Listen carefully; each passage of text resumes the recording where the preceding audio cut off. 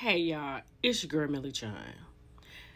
Y'all, Sunni Minx went live last night after the show, Love and Marriage Huntsville, for 3+ hours.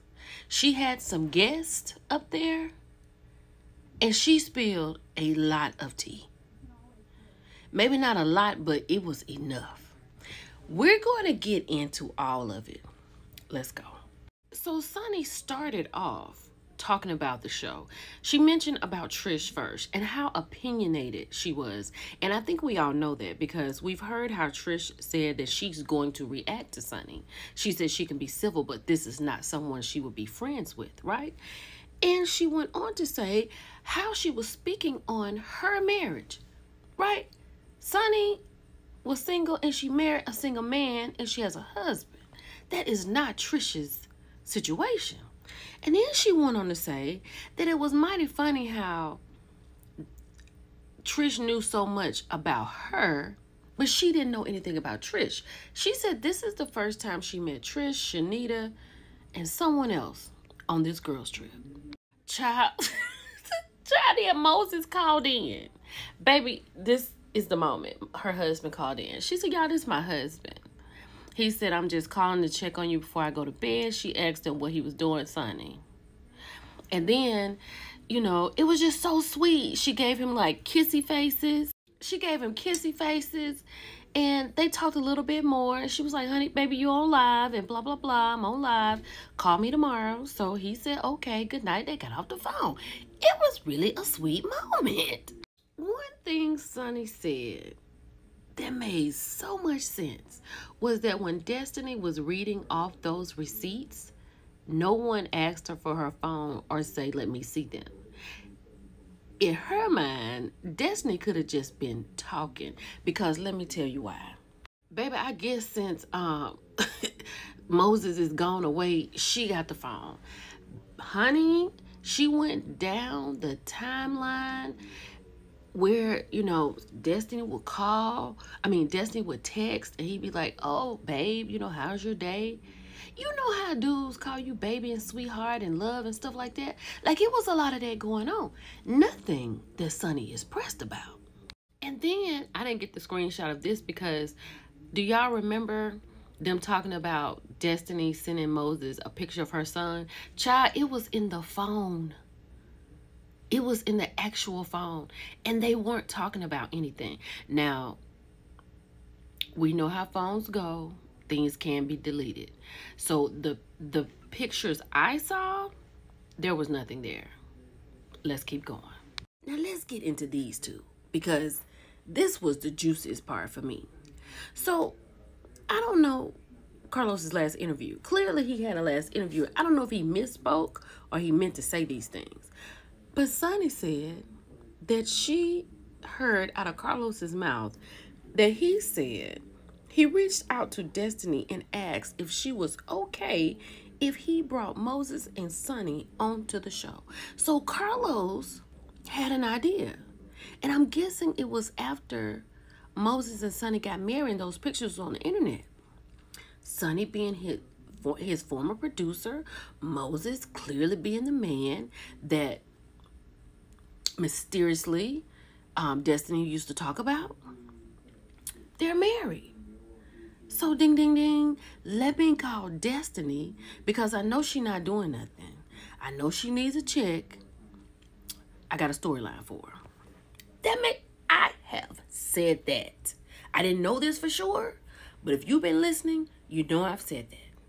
So then Sunni talked about how she has put a check in Destiny's hand because it was not final that Destiny was going to be back on this season. She said they were in talks of bringing Destiny back. Because why would you?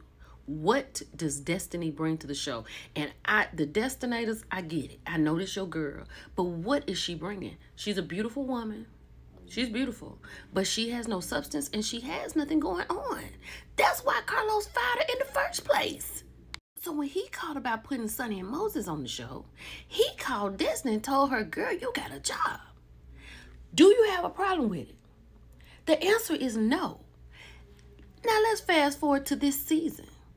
You sit here on every episode. Why are they here? What are they doing here? Go back to St. Louis. I've seen you more now than I saw you when I was with you. That was last night. But you already knew that was going to happen because Carlos called you and asked, would you have a problem with them being on the show? Because this is going to be your storyline. Child, you got to be more careful. Sunni said when she came on the podcast, she did not know that people knew that she and Moses were going to be there. She was like, Destiny knew everything. She said she don't think Mel knew. Mel seemed surprised, right? So she said all this was a shock to her. Destiny is sitting around here acting like she is devastated that this girl and this man is on the show. And if it was not for Sunni and Moses, she wouldn't even have a job.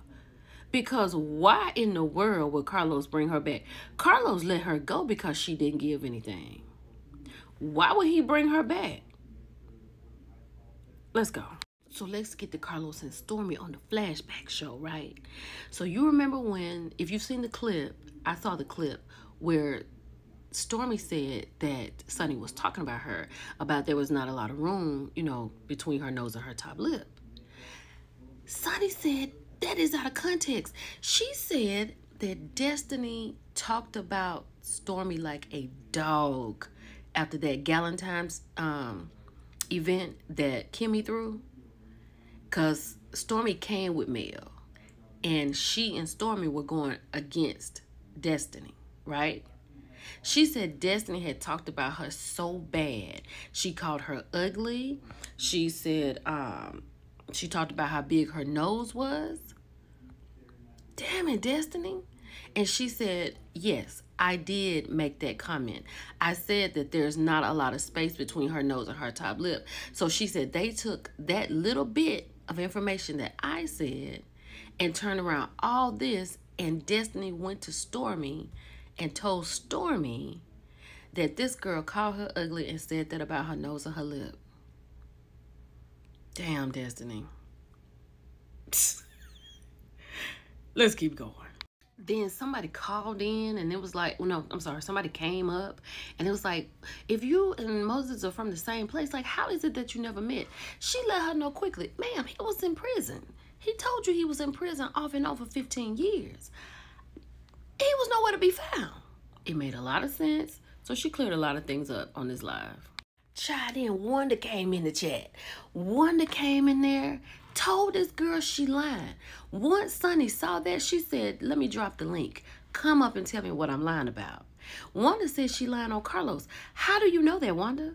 You're not even on the show. Talking about, I just don't want her lying about Carlos. But when she dropped that link, Wanda dropped out of that live. She never came up. Child, and out of the 15 years, it made so much sense what she was saying.